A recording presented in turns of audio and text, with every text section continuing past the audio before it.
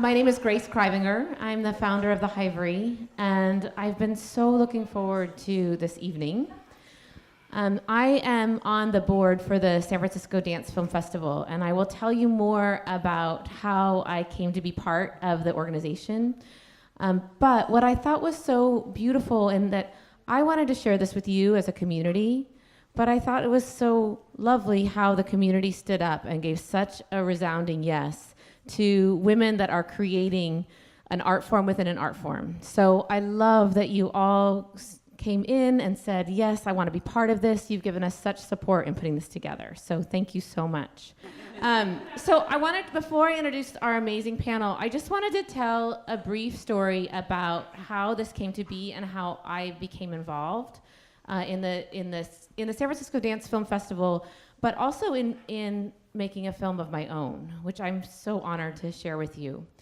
So about 6 years ago, I sat down with my dear friend Greta. So Greta and I used to dance in various dance companies together in San Francisco. We spent a lot of time in rehearsal together.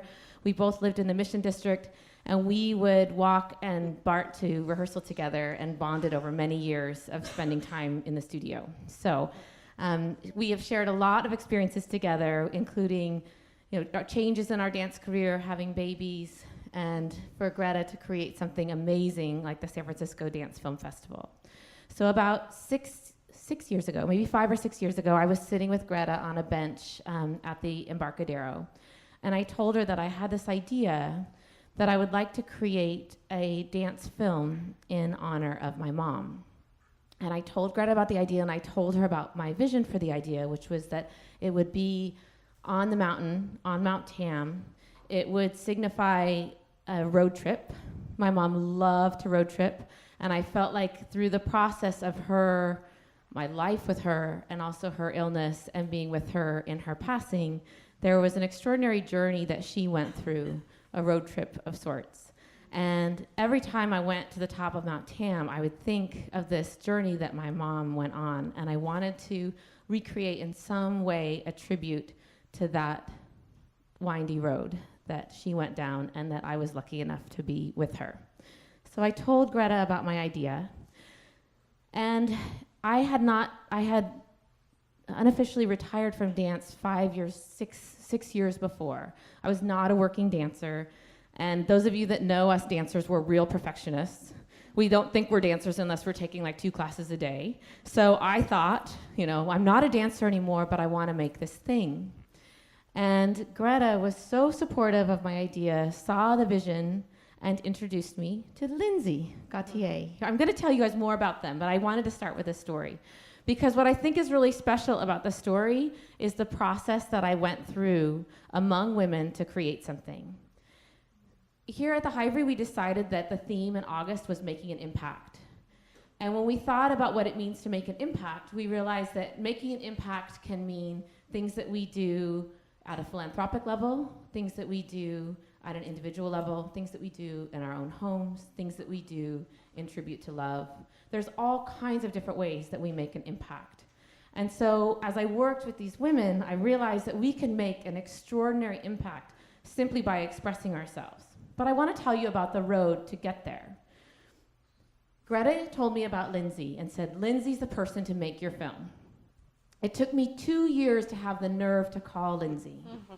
And I want to reiterate that because there's a whole storyline about the creative process that I think is really amazing. And when we really make an impact is when we get beyond some of these barriers, many of which are inside. So 2 years later, I get the nerve to call Lindsay.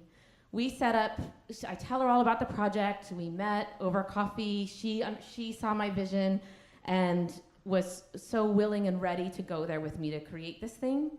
We set up time, let's say, I can't remember, but maybe 4 months out. And I told her, I'm gonna rehearse, I'm gonna choreograph this thing. I have this whole vision, I'm gonna spend time on it every week.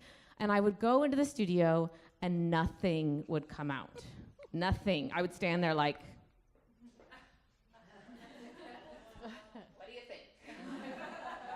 How about we start with standing? Because the project was so emotional, I felt very blocked. So I canceled. I called Lindsay. She remembers. I called her and said, I can't do it. I changed my mind. I went into the studio and nothing came out. And she was so patient and encouraging with me and said, let's set another date. So we set another date a few months out. Maybe I did it again. Going into the studio, I went to local studios. I thought, like, maybe I need to go back to the city. If I rehearse in the city, then it'll all come back. I'll be so inspired. I felt very, very stuck. So 48 hours before I was supposed to meet with Lindsay, I'm like, you know what? This is a terrible idea. I am not going to make this thing. And then something changed inside me where I thought, even if I show this to no one, I want to make an expression.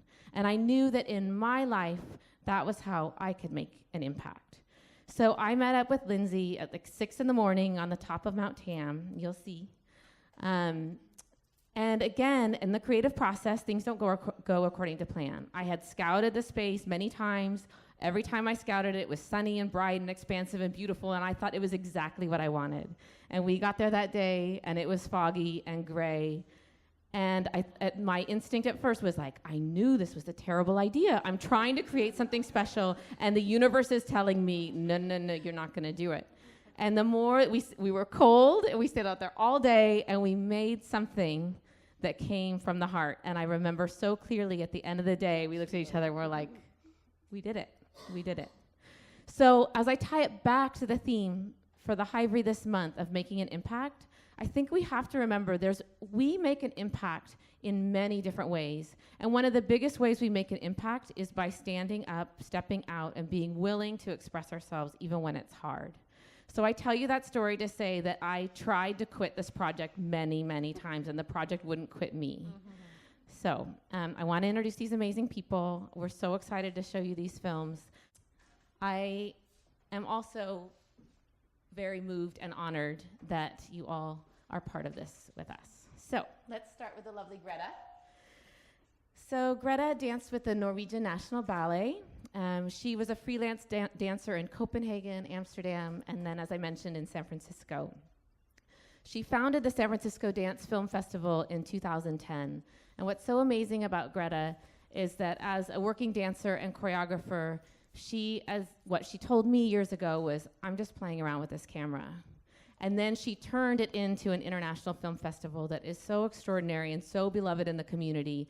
And I'm taking you all with me. We're going on a field trip. We're going to the festival. It's 7 buses. I know how to get buses. Yes, we're all going. It's October 19th through 22nd, but you're going to hear lots more. Greta is currently on the ballet faculty of ODC's Youth and Teen Program, and she lives in San Francisco with her husband and 2 kids. That's the lovely Greta. And then I'm going to skip. And then we have Lindsay to her right. So I told you a little bit about Lindsay, but she is the managing artistic director at Wrapped Productions in San Francisco. She directs, produces, shoots, and edits documentary films, promotional shorts, and dance films. She films performances for professional dance companies all over the Bay Area, including the Lines Ballet and the San Francisco Ballet. Lindsay is also the producer of the San Francisco Dance Film Festival's co-laboratory project, which I think is such a beautiful synergy and parallel to what we're doing at the Hivery. They bring together collaborations between professional filmmakers and professional dance choreographers with the goal of making short dance films. And it's an extraordinary process that they go through. To Lindsay's right here is Deborah Slater. So Deborah is the artistic director of Deborah Slater Dance Theater. She is the recipient of 9 National Endowment for the Arts fellowships, which I think is super impressive. Oh, she already got another one. 10. She received the 2007 Isadora Duncan Dance Award. She has taught at the Osher Lifelong Learning, the Fromm Institute, Cal Arts, and Stanford. And she was on the steering committee for the National Dance Week in San Francisco.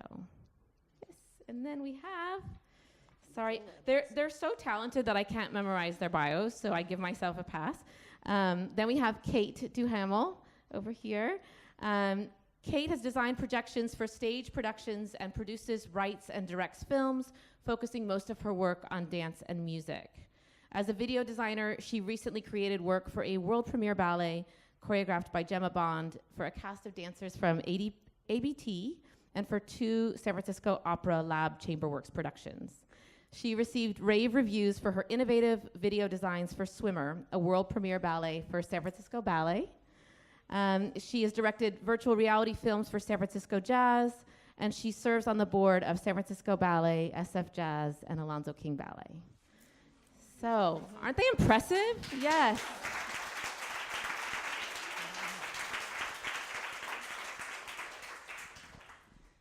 So as you can tell, they're extraordinary women making extraordinary things. So what I wanted to ask them about tonight is the creative process and what inspires you to create.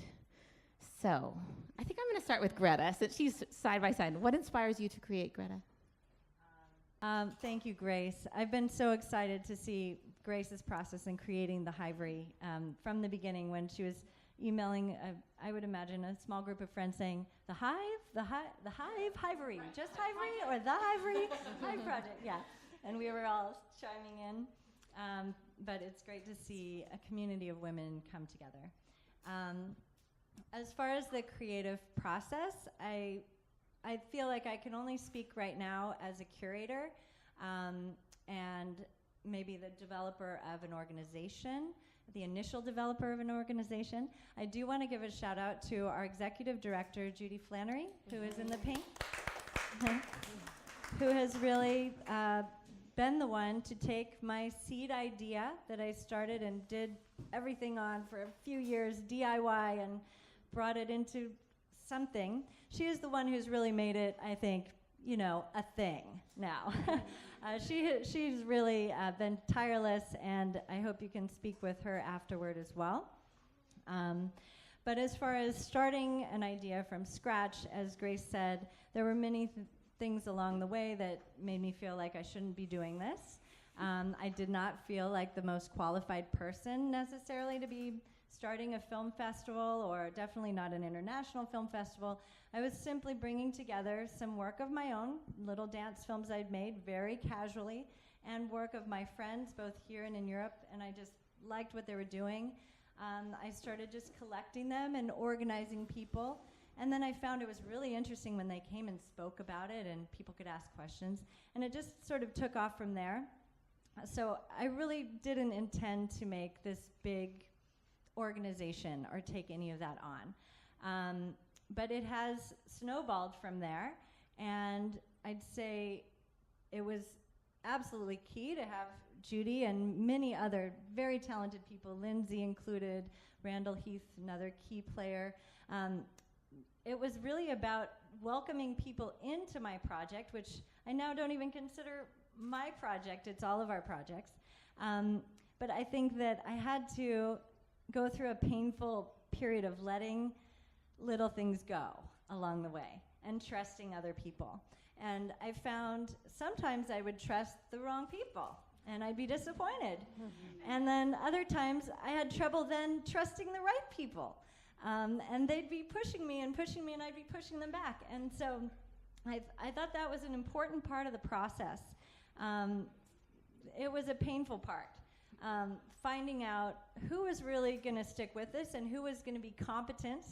And I feel like I'm so grateful for my organization as maybe the mother of this baby, that now I feel like it's in excellent hands all across a pretty broad spectrum of talented people. So I'd say that's what I'd say about creating it. Okay. The creative process a little? It's so broad. I know. Well, one thing that you might want to talk about is that, because this idea of dance on film, again, as I mentioned, it's an art form within an art form. And so it is, I mean, dance is since the beginning of time, and like something like ballet is 400 years old. Dance on film, I'll project us. Well, your mics are working. Okay. Dance on film is a rather new idea in this century. So before dance on film, the only way that you could record dance was through this notation, which was I never learned it. It seemed like an odd number of symbols that were put together, or by dancers passing it down to each other. So this new concept of an art form within an art form, maybe you can talk about the creative process with that, because it's a rather new art. Here's his work, right? Yeah, all right, sorry. So my background, I was a dancer from the time I was 3, and I came to San Francisco to dance professionally. And in college, I started as a photography major because I was also into photography when I was younger. So the visual along with dance was always part of, I don't know, it was just part of everything for me. So I got injured when I was performing in San Francisco and kind of had a reality check around, you know, what's sustainable, what do I want my long-term future to look like, and is it possible to continue down this path that I had started? And that's when I kind of veered into film with dance, and was very lucky to have people in my life who were like, here's what you need, like, here's some tutorials, like, who kind of guided me along the way without going to school for film. So I think for me, maybe some background is just that, like, I kind of do everything. I'm not like I'm not specialized. I'm not like your DP camera person who like knows everything about that and can light a film like amazing. I produce, I direct, I shoot, I edit, and I like all of those things. So I think once I understood that like I could kind of just let myself enjoy all the different things that I like within reason. I work a lot, but I'm working on that part. Yeah, like I get to flex all the different muscles that I have that I like to flex, and they're all kind of connected to each other. So I've done more work for other people's creative process than for my complete own vision. I'm trying to move into, that's like my big hurdle, right? As you're like standing in the studio, I'm gonna make this thing. I've been shifting my entire life over the last year towards creating space to do my own work. But I've spent the last several years collaborating with other people, including Deborah, Kate, yeah. So, Grace, so I think for me, I want to draw out of the energy that's in front of me and the people that are in front of me and the dancers that are in front of me and the scene that's in front of me, and kind of take whatever I've learned along the way and apply that in some way that's new and interesting to me. So I'm inspired, I don't know, I'm inspired by everything. And I think, you know, if you can latch on to, like for me, moving the camera around a dancing body is like the funnest thing I can do in a day. Even more than editing, which editing is also like choreography. So I went from choreographing to editing, and when I when I edit a dance film, I'm re-choreographing the dance, right? So I just think like finding the things that you enjoy and then figuring out all the different ways that you can apply them is a really fun way to live. I agree. It's a really fun way to live. How about you? I'm just thinking, I've been doing this for a very long time, and I'm one of the people who came at it from the other end. I was on my way to being an English professor. That's what I was going to do, modern poetry. That's my background. Started dancing because there was a woman there at the school I was who taught dance because she wanted to keep dancing. And I walked into her class and went, oh. And everything else went away. But I realized I had been a choreographer always. I was making routines up, just making them up. I would make dances up in my living room, and then the gymnastic team would say, could you make us do something? But I didn't even know the word choreography. And so then when I started dancing, and this woman said, we're going to go see Merce Cunningham in Philadelphia. And we walked in, and he had microphones in the bathrooms, because John Cage was taping the bathroom. And these people were on stage, and things were falling on them, and they didn't know because it was chance. Whatever anybody did, they'd never seen what anybody else did. It all happened at once, and I was just like, and people were leaving in droves, and I thought, what's wrong with these people? And they didn't like the bathroom flushing during the falling silver pillows. I was like, but that was it for me. Then I knew I wanted to be a dancer, and I started taking class when I was 18, which meant that I had on purple tights and red leotard with the pink kids with the black leotards, and their mothers would say, you're very avant-garde. And then I had to go look that up because I was 18, I didn't know anything. So what I want to say about that process is I realized at some point, this is not an easy choice. This is not going to make me a wealthy woman. But that didn't even seem like a train of thought at the time. I just wanted to make dances. So I have been doing it for a very long time. I run a studio in San Francisco, Studio 210, which is used mostly by artists who come in to start their work because it's small, but there's so much work that has happened in that room that you come in there and you work. Now, I also want to say my creative process is I walk in there and go, I think I'll take a nap. So I lie on the floor and then I wake up and something has come. So don't be afraid to do that. It's wonderful. Take naps. They're great. And So true. it's just you have to allow yourself the process. You can't we do stay up till 3 o'clock in the morning wishing we could squeeze something up, but you don't always have to. It'll come when you don't expect it. But that studio is now in its 36th year of continuous operation. My company is in its 26th or 7th year of continuous operation, which is kind of stunning to me. And then I realize I'm older than their mothers, so that's a whole new world. But I think, interestingly, the literature went away while I became a dancer and became a technician. And then I kept missing language because I loved language and I loved poetry. So it kept seeping back in. And I went in a big cycle, my work is very collaborative. Everything I've done is a collaboration. I'm always talking to the composer. The work is original. The scripts are original. The movement is created with the dancers, the texts, the music. A composer comes in, watches, writes, we go back and forth. So that's the whole process. So for me, this process of collaboration, which is like getting a lot of press right now, it's my medium. That's how I learned. I just felt like there are other people who are better at what they do, and if I can make them stand next to me, we will make something better than I can do by myself. And I loved what they had to say about, like you, I'm interested in everything, so it's a great conversation. And now, right now, I have some talking dancers again. So I've done this full cycle thing where we went into aerial work and we did all kinds of other stuff, and now we're telling stories. We've always told stories, but now we're almost making plays together. So that's what I do. I love what Deb said, just as a connection to what happens here in this space. We talk about this a lot, but we talk about being artists of life. But I love the idea of opening up, that we have no responsibility to our creative process. It doesn't have to be a certain way. So I love that you take a nap. I mean, if you're here at the Hivery and you're stuck or you need, take a nap, do what you need, because I think we get this idea, I don't think I need this, but I'll use it.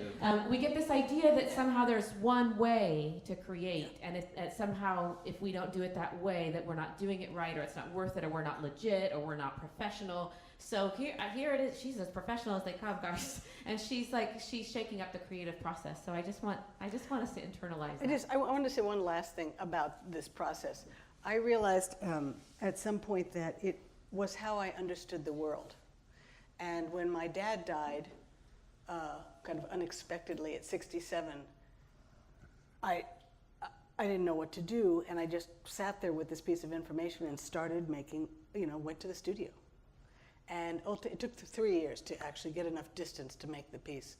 But I realized that that's how I get things. So I don't necessarily make the pieces to put them out. I make them to understand what's happening. Mm-hmm. And then it connects with other people. So. Yum. Perfect. Yes. So the creative process. Well, one thing I would just say is my interest in putting dance on film came from just a core belief that it's very hard to see dance the way that it's presented. Yes. It's usually an expensive ticket in a theater, a whole night. Who's ever male in your life probably doesn't want to go. And, it's just an incredible art form that I feel like a lot of people are missing and that young people have no way of seeing. And so that's how I got interested in putting short dance on film. In a way that is intended to be seen on film. So it's very much not documenting live performance, which needs to happen. That's what Lindsay does a lot of. In your day job, not in your creative job. So that's kind of what my approach was, or what my desire was when I started. I have a huge belief in that. I just think, I was telling someone earlier, if you say to somebody, go watch a music video, we have an idea of what that is. And we don't have that for dance films. And that seems odd to me. Like, we should be consuming dance films just like we consume music videos. So anyway, that's kind of some of the thinking that got me here. And in terms of my creative process, you know, I just think it's, I would say the main engine of, I get a lot of visions in my head, like I just can see this thing and want to get it on screen, but the engine is music. So for me, I think that unless I'm trying to work with some effect that I want to have happen, which I worked with Sarah on something that was very effects driven. I wanted to create this layering of the same dancer, so that I had this real, you know, kind of thing I wanted to have happen on film. But I just think music is magic. I don't, how do you even explain what music is? And it just feels to me like everything comes out of that. So we're going to go into the programming. We have just a little over half an hour of film programming to show to you. I just want to give you a couple guides to look out for so you know kind of who made what. We're starting with the trailer for the film festival. That's obviously Greta's baby that she mentioned. Except Lindsay edited it. And Lindsay edited it. You'll see her amazing editing. We love collaboration. The next one is Stray Notes by Kate. In the Space Between is Deborah's. Open is Lindsay's in collaboration with Dana Genshaft, is that right? Genshaft, yeah. Genshaft. Then we'll go into my film, The Road Trip, that was directed and edited by Lindsay. Then into Shift, which is Amelia Rudolph and Rachel Lincoln, who aren't here tonight, but It's Project Bandaloop, and it's filmed. That's well, it. maybe I'm not going to ruin it. You'll see. you'll see. You'll see. You'll see. And then the last one is Lay Me Low by Marlene Miller and Sandy Silva. One note is that In the Space Between was part of the Collaboratory project, which is the San Francisco Dance Film Festival, where we select a filmmaker and a choreographer, and we pair them together for a week, and they make a film that Deb did. 1 week. And 1 week with somebody you don't know, and you have to make something. So talk about challenges. They did an amazing job, and just wanted to like give that reference point. Thank you. Yeah. It has a beginning, a middle, and an ending. That was pretty good. No, it's great. It's great. I think that was clear, but I did select all local women making these films, aside from the one last film, Lay Me Low, which is a Canadian pairing of two women that I've worked with and talked with a lot, and they're wonderful. I had to put this film in. So. And Greta curated the evening for us, by the way. So she pulled together the films. She chose which films, which order. That's a whole art in and of itself. So let's begin. So beautiful. Beautiful. Thank you. Let's give them one more round of applause.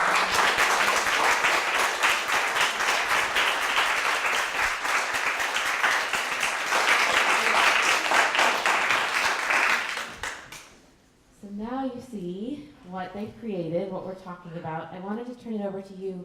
As many of you know, what we tend to do here is make every event very conversational and very inclusive.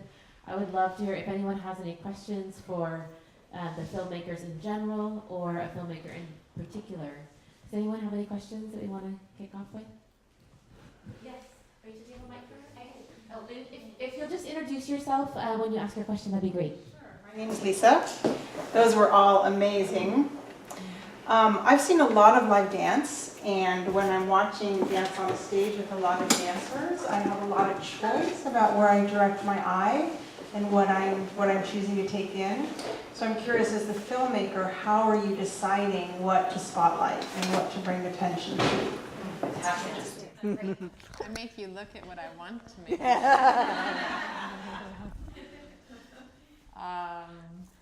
Yeah, and you get to get creative in there, right? You get to play with, I mean, there was some really nice composition in Bandaloop's film, right? With the person off in the distance that's small and the person in front that's big. We get to play with perspective.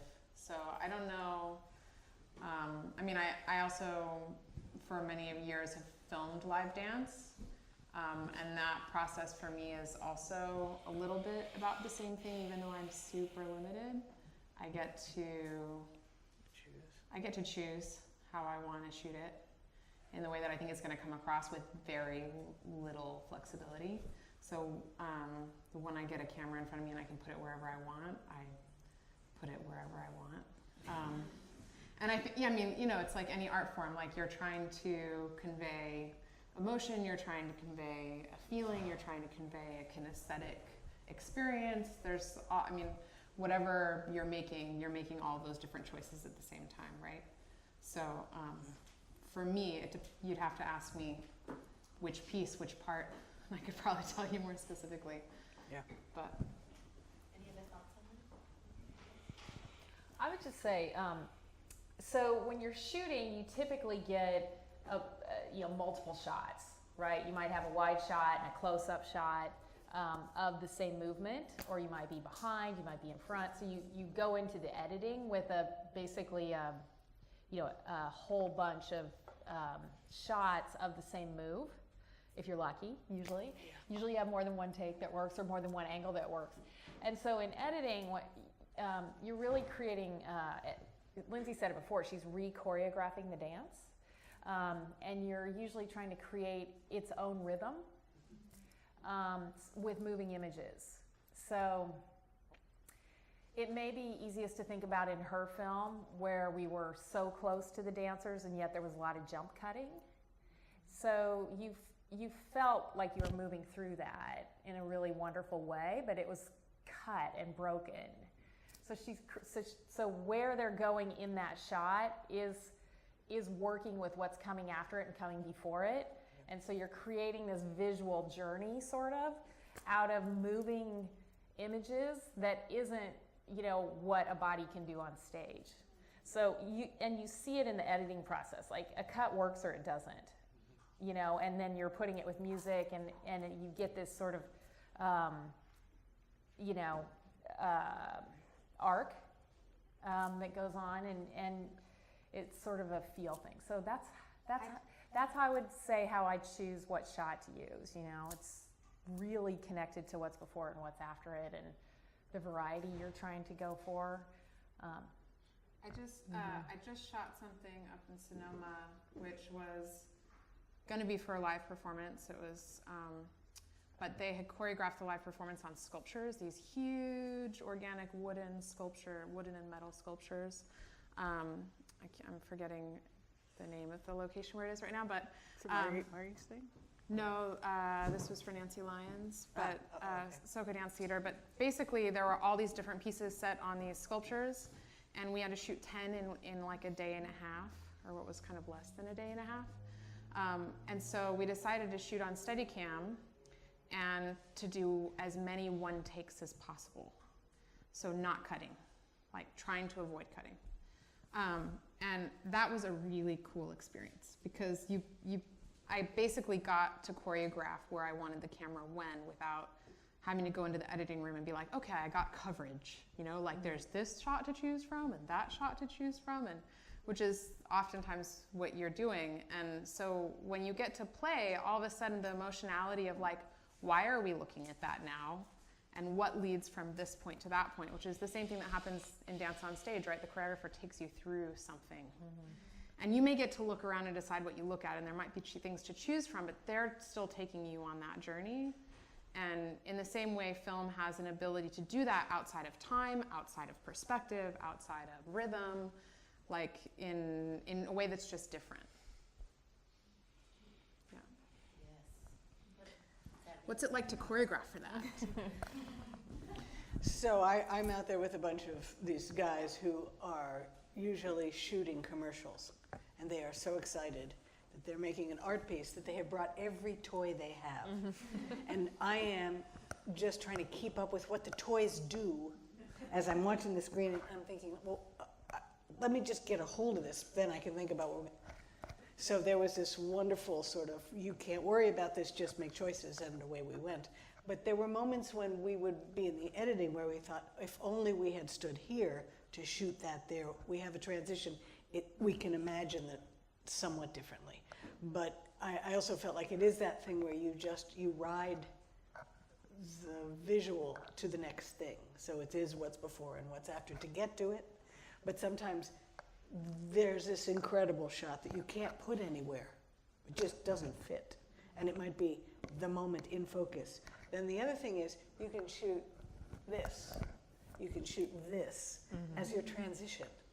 and suddenly you have a different kind of texture than you can get on the stage. And the other thing I just have to say as a choreographer, I can walk away and come back in the room and it's still there. You have no idea how amazing that is.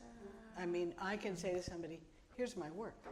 Now, when you shoot for the film, you're making it for the film. So then I can say, this is what I do.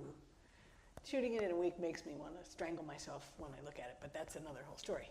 But this process of making this thing which you can hand to someone as a choreographer was amazing, because my craft, my medium, is bodies.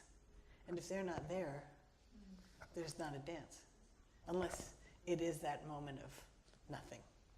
So, but it was cool working with the film. I feel like I'm talking out a lot, but I'm going to throw out one more thing about that, which is just that if you come to the festival, you'll see that people do it in a million different ways. Yeah, absolutely. I think we have time for one, possibly two more questions. I just want to throw in one food for thought. I think this goes without saying, but what I think is so fascinating about listening to these artists is the metaphors for everything that we're all doing. And I feel like I keep soaking that in, and the idea that that the shot that was perfectly in focus isn't the one, or whatever. Like, there's just so many rich metaphors for us as artists of other mediums, artists of life, as we call it, that I'm kind of swooning over their words. So I hope you're feeling that with me. There's another question. You have a question?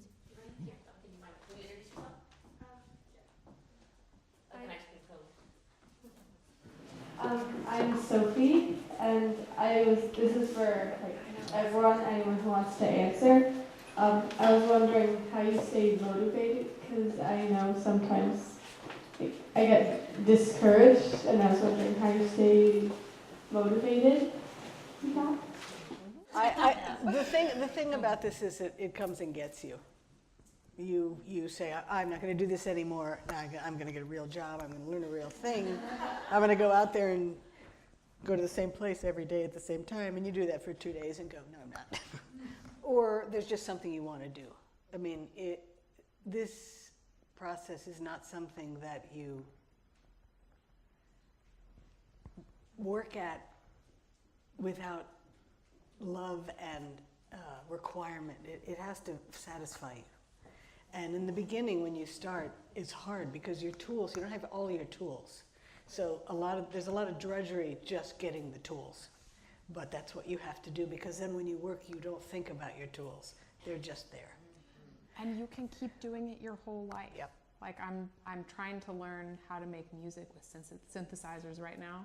Mm-hmm. I don't know anything about music. I've always loved music. It's why I've always danced, is because I love music so much. Never felt like I could play music. And they're like complicated machines that are totally foreign. And every time I sit down to play one, I don't want to do it. But I do want to do it. But I don't want to do it, you know? And like, if you just keep doing it, eventually you don't not want to do it anymore, because it doesn't terrify you so much. And you may end up someplace else from where you start. I mean, I started out as a modern dancer, and then I started doing contact improvisation, and then I started doing aerial work, and I got really interested in physics, and I got, a lot of other things came in because I sort of stumbled my way into stuff. So don't worry, there'll be a whole lot more. Find new ways of looking at what you already know how to do. Yeah, yep. So maybe one more question. Is there? Is this Introduce yourself. Oh, I'm Lori. So a little bit of logistics. I was wondering, as a filmmaker, do you go to the practices of the dancers, or is the first time you see it when you're filming it? No, I want to see the dance. So I mean, I've been in positions where I haven't seen the dance. Yeah. I did an aerial dance film, where they hadn't made the dance when I showed up. So it was improvisation. I've done a lot of improvisation stuff. I love shooting improv. I love dancing improv, and I can play and edit improv all day long. But I also like to make something, and I like to see it, because then I can plan how I want to shoot it. Mm-hmm. Otherwise, I'm just winging it, which then, what's the point? Like I can improvise as much as I can. I can improvise, right? I hadn't seen the dance yet, but it's. You shot. She hadn't seen it. I hadn't seen the dance. Yeah, I can do it both ways, but I like to be able to see the dance first. What about? Me too. Yeah. You kind of want to know they have it done. You gotta watch it fall apart when you're putting it in. Yeah. Right, and you want to plan how you're going to shoot. You have to break it all apart for a shoot day. So you're often not shooting in sequence, or you're reshooting pieces. It can be a real, and you got only so long until the dancers just are done. So it's a very intense day of getting as much as you can in about 6 hours. So you've got to plan. Which is the key to everything to our young person. If you go in with a good plan, you can get a lot. So I think that's all the time we have for tonight. I just want to take a moment to thank these beautiful artists for being part of this with us. I want to thank Greta for curating this board this evening and putting together the films for all of us to enjoy and gathering these artists. This is what Greta does. It's no wonder that she founded the San Francisco Dance Film Festival. Judy, thank you so much for allowing us to have this experience with these films. Bravo. But I think that the biggest joy that this evening brings me is this opportunity to explore an art form within an art form, to apply the wisdom of artists that have been working tirelessly for their entire lives to create art and are completely committed to that experience. My hat is always off to the artist who shows up and puts her work out there. I think the fact that we have so many local female artists in our community is extraordinary and should be celebrated. And then lastly, like I said, the metaphors that we can find by talking to artists who commit, I just think that there's no better life lessons than what we learn from those that commit their life to expressing themselves. And in none of their answers did I hear anything about, I wanted to create this so the audience could have such and such. They created through their lens. And I think it's so important that we emulate that and we create from something inside us instead of something we think someone wants. I didn't hear anything about creating for what they thought was a posturing of someone wanting. It was all about, I want to convey what I've experienced. I want to convey what I see. I want to push. I want to explore those boundaries. So I just invite us all to enjoy those metaphors together and celebrate these incredible artists. Thank you so much. Thank you for having us.